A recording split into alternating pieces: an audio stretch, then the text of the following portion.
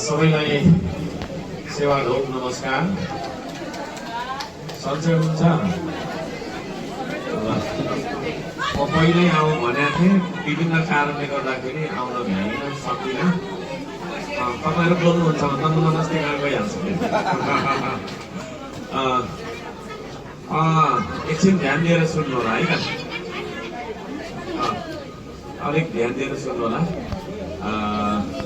म अस्ति नै आउँ भनेको थिएँ, तर विभिन्न कारणले गर्दाखेरि अब यो देशभर कुद्नुपर्छ। आज यहाँ भोलि आउने भएन, मन नदुखाउनु होला। जस आज आएँ खुसी लागेको छ। र आजको यो हाम्रो कार्यक्रम चाहिँ बृहत पार्टी प्रवेश तथा भेटघाट भन्ने हिसाबले भइराखेको छ। कार्यक्रमका अध्यक्ष र मञ्चमा आसीन अतिथिज्यूहरू, हाम्रा श्रम संस्कृति पार्टीका श्रमदाता केन्द्रदेखि जिल्ला वडासम्मका श्रमदाताज्यूहरू, यहाँका उपस्थित मैले मान्नुपर्ने आमा बाबा, दाजुभाइ, दिदीबहिनी, अन्य श्रमदाताज्यूहरू, पत्रकार, सुरक्षाकर्मी सबैजनालाई मेरो तर्फबाट सेवा ढोक फेरि पनि हार्दिक नमस्कार। जय माटो, जय देश। अब सबैभन्दा पहिला चाहिँ मलाई अब यो शहीद भूमि भन्ने बित्तिकै शहीदहरूको होइन यो जन्मस्थल, धेरै मानिसहरूले देशका लागि आफ्नो ज्यान आहुति दिएको ठाउँ, त्यस्तो एउटा पवित्र ठाउँ मा चाहिँ आउँदाखेरि यो आफैमा एउटा सम्मानित भूमि होइन, पवित्र भूमिमा आउँदाखेरि म अत्यन्तै खुसी छु र भावुक पनि बनिराखेको छु है। आउने बित्तिकै तपाईँको चाहिँ यहाँ एक खालको त्यो ढोल नाच, त्यसलाई के भन्छ भन्छु म, त्यो मैले चाहिँ के अरे हेर्ने मौका पनि पाएँ, अत्यन्तै खुसी लाग्यो। त्यो ढोल नाच हेरिरहँदाखेरि थुप्रै कुराको याद आयो होइन। मेरो स्वर्गवासी बाबाको याद पनि मलाई आयो। त्यहाँ बसेर गाइराख्नु भएको थियो, त्यसै त्यसै भन्दै बस्नुहुन्थ्यो। पहिला म बुझ्दिनँ थिएँ, सानो थिएँ होइन। अहिले चाहिँ तपाईँको चाहिँ के अरे संस्कृतिको पुरै महत्त्व हुँदो रहेछ भन्ने कुरा मैले बुझ्दैछु यो उमेरमा आइपुगेर। आउने क्रममा थुप्रैले होइन स्वागत गर्नुभएको छ। यहाँले स्वागत सम्मान गर्नुभएकोमा हार्दिक धन्यवाद दिन चाहन्छु। यहाँका हाम्रा अगुवा श्रमदाताज्यूहरू, सायद उहाँ नै हुनुहुन्छ होला यहाँको अगुवा श्रमदाताज्यूहरू, उहाँहरूसँग चाहिँ हामी माथि टावर गयौँ, रमाइलो लाग्यो।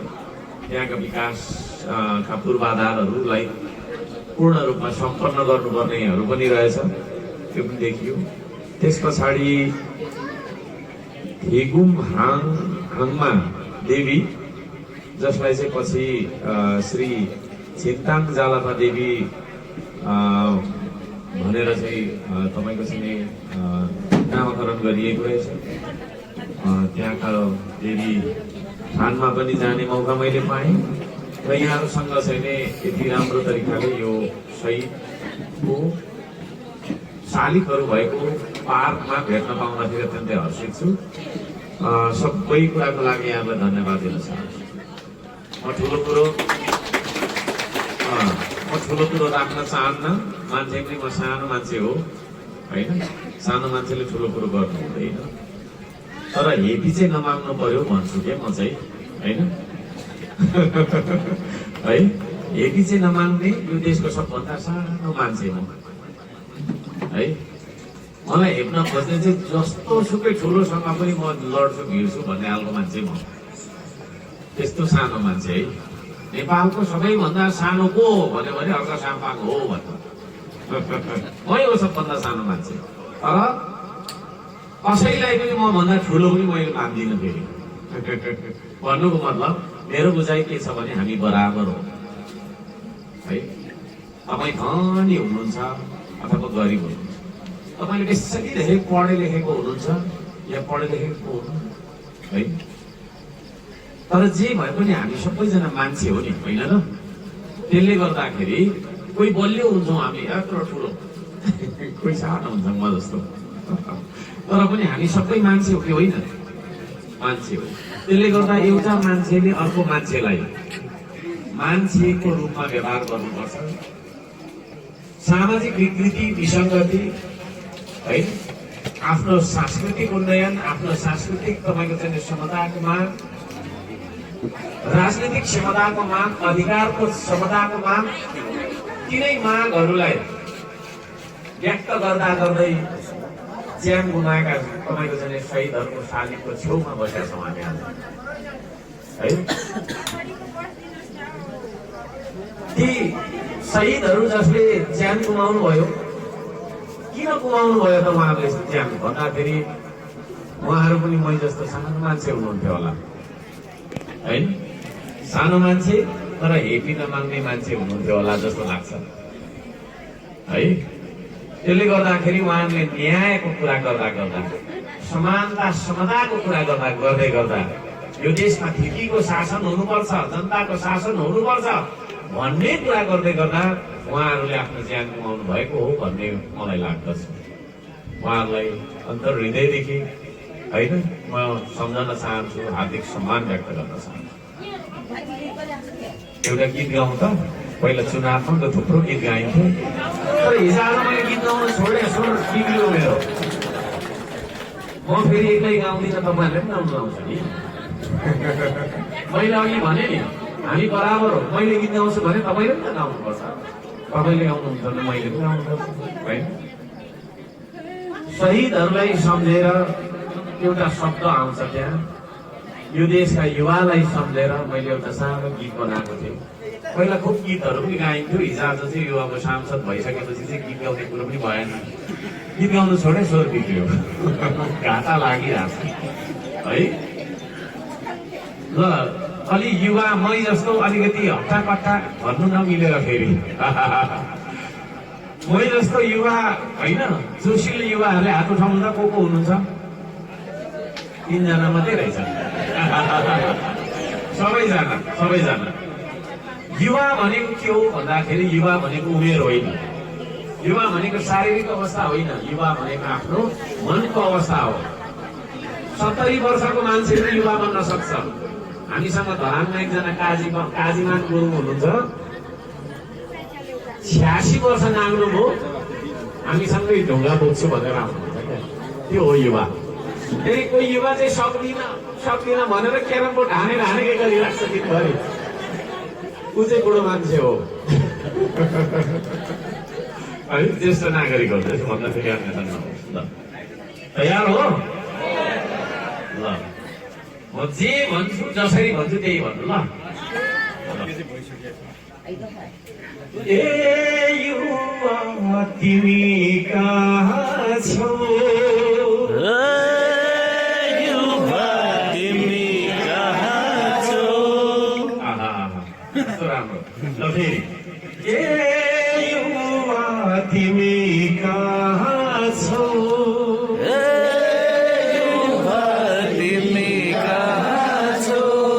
बतासले सोधिरहेछ, बतासले सोधिरहेछ, ए युवा तिमी कहाँ छौ, युवा तिमी कहाँ छौ, बतासले सोधिरहेछ,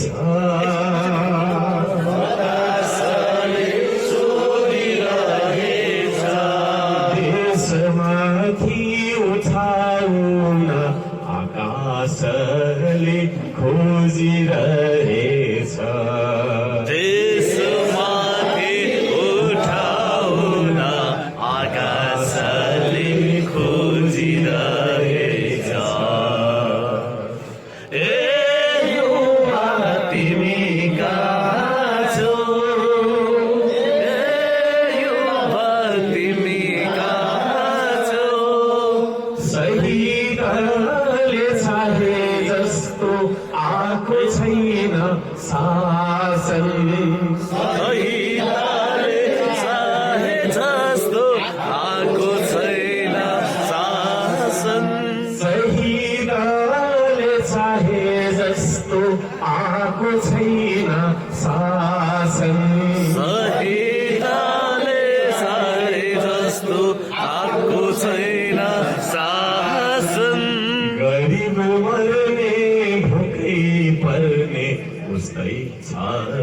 चलन गरे तिमी कहाँ छौ युवा तिमी कहाँ छौ समयले सोधिरहेछ समयले सोधिरहेछ देशमाथि उठाउन माथि उठाउन आकाशले खोजिरहेछ आकाशले खोजिरहेछ युवा तिमी कहाँ छौ युवा तिमी कहाँ छौ यो गीतले भने जस्तो युवालाई खोज्दै खोज्दै हिँडेको एउटा मान्छे हो मैले शहीद भूमिमा थुप्रै युवा खचाखच भएर यसरी चाहिँ नि बसेको देख्दाखेरि साह्रै खुसी लाग्यो देश बनाउने हो देशमाथि उठाउने हो यो देश उठाउनुपर्छ देश बनाउनुपर्छ देश बचाउनुपर्छ भन्ने आह्वान लिएर हामी हिँडिरहेका छौँ र श्रम संस्कृति पार्टी भनेको तपाईँको पार्टी हो आजदेखि यो हल्का साम्पानको पार्टी 2-4 श्रमदाताको पार्टी यस्तो खालको श्रमदाताको टी सर्ट लगाउने मान्छेको पार्टी होइन यो तपाईँको पार्टी हो यो नेपालको पार्टी हो यो नेपालीको पार्टी हो यहाँ सबैजनालाई म हार्दिक स्वागत गर्न चाहन्छु गफले देश बन्दैन गफले देश बन्दैन त्यसो भएको कारणले गर्दाखेरि पौरख गर्नुपर्छ श्रम गर्नुपर्छ भन्ने पार्टी हो यो शहीद भूमिमा पौरखी मानिसहरू हुनुहुन्छ अघि भर्खर हात मिलाउँदै गर्दा धेरै मान्छेको हातमा होइन कोदाली पक्रेको मन्चरो पक्रेको होइन तपाईँको चाहिँ हलो कोदालो तपाईँको चाहिँ गरेको हात मैले चाहिँ महसुस गरेँ मेरो पनि हात त्यस्तै पो छ कुरा बुझ्नुभयो नि त्यसो भएको कारणले गर्दाखेरि म सबैजनालाई भन्न चाहन्छु अब काम गर्ने मान्छेहरूले देश चलाउनुपर्छ मुख बजाउने मान्छेहरूलाई साइड लाउनुपर्छ काम गर्ने मान्छेहरूले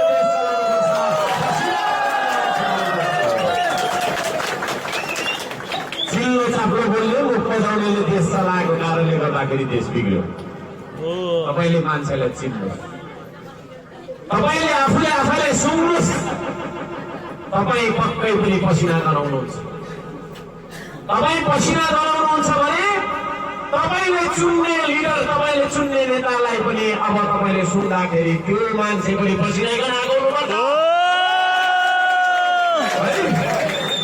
आफ्नो शरीर चाहिँ पसिना गराउने अनि तपाईँको चाहिँ आफूले चुनेको नेता चाहिँ युरोप अमेरिकाबाट लिएको तपाईँको 1 लाख रुपियाँको सेट बनाएको कारणले गर्दा बिग्रेको हो देश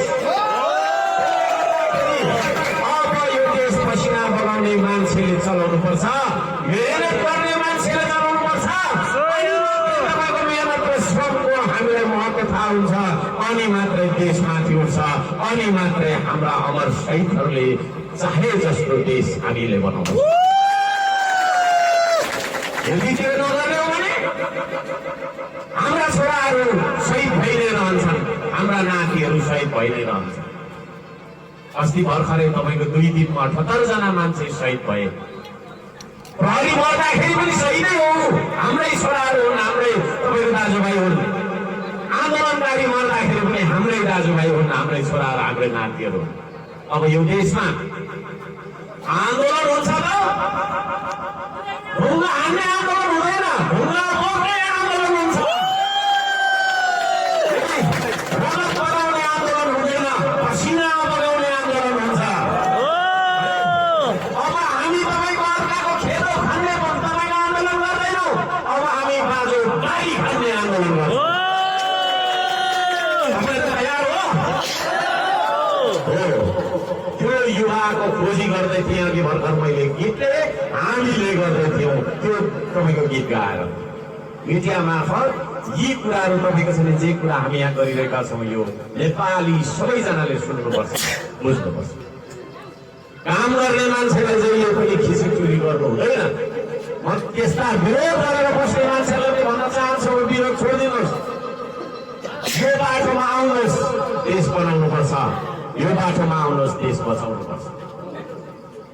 भोलि नभने थुप्रै छ कुराहरू, म धेरै भन्दिनँ किनभने फर्केर जानुपर्ने छ, बाटो त्यस्तै छ है। विकासका लागि हामी लड्छौँ, विकासका लागि हामी बोल्छौँ, खेतीका लागि हामी लड्छौँ, हामी खेतीका लागि बोल्छौँ, हामी सङ्घर्ष गर्छौँ। त्यसले गर्दाखेरि यहाँहरू सबैजनालाई म भन्न चाहन्छु, विकासका लागि पनि हामी आवाज उठाउँछौँ है, विकासका लागि पनि हामी आवाज उठाउँछौँ, सदनमा पनि उठाउँछौँ, सामाजिक सञ्जालमा पनि उठाउँछौँ, यसरी भेटेर सहरमा पनि होइन, तपाईँको स्थलमा, तपाईँको चाहिँ गाउँ ठाउँमा पनि हामी उठाउँछौँ। यहाँहरू सबैजनालाई म त्यो भन्न चाहन्छु, हामी सधैँभरि तपाईँहरूसँगै छौँ, तपाईँहरू सधैँभरि हामीसँगै रहनुपर्छ। हामी सबै एक अर्कासँग अन्तर सम्बन्ध बनाएर, संवाद बनाएर मिलेर बस्नुपर्छ। म यहाँहरू सबैजनालाई यो अनुरोध गर्न चाहन्छु। धेरै कुरा म राख्न चाहन्न, आज यहाँ थुप्रैजना आउनु भएको होला, मसँग फोटो खिच्नु चाहिरहेको है। अब यतिकाजना मान्छेसँग फोटो खिच्दाखेरि त समय निकै लाग्छ होला, त्यसले गर्दाखेरि अब फोटो चाहिँ खिचौँ होला होइन, किन खिचौँ?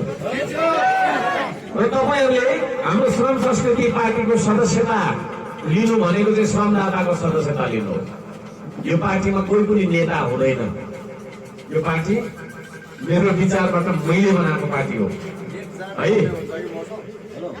म आफै पनि नेता होइन, यहाँ हर्कसम्मान नेता होइन, म के हुँ? श्रमदाता हुँ है। यता आउनु त, यता फर्किनुहोस्, यहाँ त रहेनस्, म हुँ श्रमदाता, हेर्दिन म अरूको आश, बन्दिन म जिउँदो लास। भनौँ त एकचोटि, हेर्दिन म अरूको आश, बन्दिन म जिउँदो लास, सजाउँछु श्रमले परिवेश, बनाउँछु म आफ्नो देश। हलो शरीर जोडिन्छु म, हलो शरीर जोडिन्छु म, मेरै देशको माटोमा आत्मनिर्भर बन्छु म, स्वाभिमानको बाटोमा। वास्ता गर्नु छैन मैले, वास्ता गर्नु छैन मैले, कसले मलाई के भन्छ आशा हेर्नु छैन मैले, कसले मलाई के दिन्छ ऐना हेर्दा जो देखिन्छ। यी हो देश बनाउने, ऐना हेर्दा जो देखिन्छ, यी हो देश बनाउने। आफ्नो देश बनाउनु छ, कसको आशा हेर्नु? म हुँ श्रमदाता हो। हामी साँच्चै नै श्रमदाता हौ भने हामी अरूको बाटो हेर्दैनौँ, ऐना हेर्छौँ, को देखिन्छ? त्यही मान्छेले देश बनाउनु। यहाँ बालेन शाहले देश बनाइदिँदैन, यहाँ हर्कसम्मानले देश बनाइदिँदैन, यहाँ रवि लामी छानेले देश बनाइदिँदैन, यहाँ अनेक परिका छन् तिनीहरूले देश बनाउँदैन। ऐना हेर्नु, अहिले फर्केर गएर बाइकमै हेर्दा पनि हुन्छ, लुकिङ ग्लासमा हेर्दाखेरि जसलाई देख्नुहुन्छ त्यही मान्छेलाई देश बनाउने। त्यसले गर्दाखेरि यो पार्टीमा नेता छैन, नेता बिनाको पार्टी, कार्यकर्ता बिनाको पार्टी। यहाँ तपाईँ पनि श्रमदाता, म पनि श्रमदाता, हामी सबैजना श्रमदाता। र तपाईँ पनि श्रमदाता भन्न चाहनुहुन्छ भने यहाँ नामहरू लेखिँदै गरेको रहेछ, यहाँ म आफैले सिग्नेचर गरेर म तपाईँलाई दिन्छु। र अब हामी यो सदस्यता वितरण त्यसरी गर्छौँ। यहाँ नाम अघि भर्खरको कसले लेख्नु भएको छ होइन, तपाईँहरू सुरुमा यहाँनिर के अरे लाइन लागेर आइदिनुहोस्। तपाईँ पनि आफ्नो फोटो क्यामेरामा फोटो खिच्न चाहनुहुन्छ भने क्यामेरा निकालेर आफ्नो टाइमर हटाएर है, अनि त्यस पछाडि यहाँ भएको मान्छेहरू पछाडि अरूसँग म सबैसँग फोटो खिचेर मात्रै जान्छु ल, हुन्छ नि? हुन्छ, यति भनौँ। यहाँ सबैजनालाई भेटेर अत्यन्तै खुसी लाग्यो। म फेरि पनि आउँछु होइन, म तपाईँहरूसँगै छु। कुरा बुझ्नुभयो नि? सुन्नुभयो? सबैलाई टी सर्ट दिएको छैन, पछि हामी सबैलाई टी सर्ट दिन्छौँ। तपाईँले मलाई भेट्न मन लाग्छ भने त्यो टी सर्ट लगाउनु होइन, तपाईँले अर्को साँप अनि अहिले हेर्नु मैले अर्को साँप ल है यहाँ सबैजनालाई हार्दिक धन्यवाद दिँदै आजको यो कार्यक्रम आयोजना गर्नुहुने हाम्रा चाहिँ सैरभूमि गाउँपालिका खोरु आदि सल्लाहका मित्रहरू सबैलाई धन्यवाद दिँदै मेरो भनाइको बिचमा आज छु सबैको जय होस् जय माता